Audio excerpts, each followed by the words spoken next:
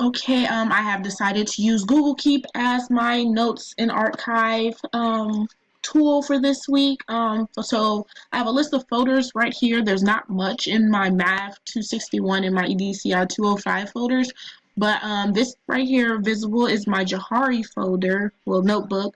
It's a dance team that I am on here. It has basically just a lot of the dance techniques that we do and the turns that we do. I also um, added a video here just to show, well, to remind me how to do a kickball change. Simply because we are doing that in an upcoming dance and it's hard for me.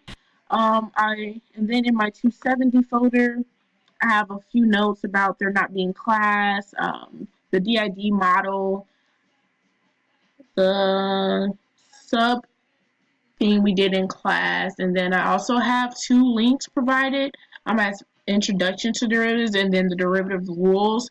I prefer looking at the derivative rules just because that's where my theme is, but I told them that they should focus on this one. I could not figure out how to highlight and annotate for this um, part, but I did put a little note inside of my note that basically says the main thing to pay attention to is the derivative rules because this is how you're going to be doing derivatives and stuff. So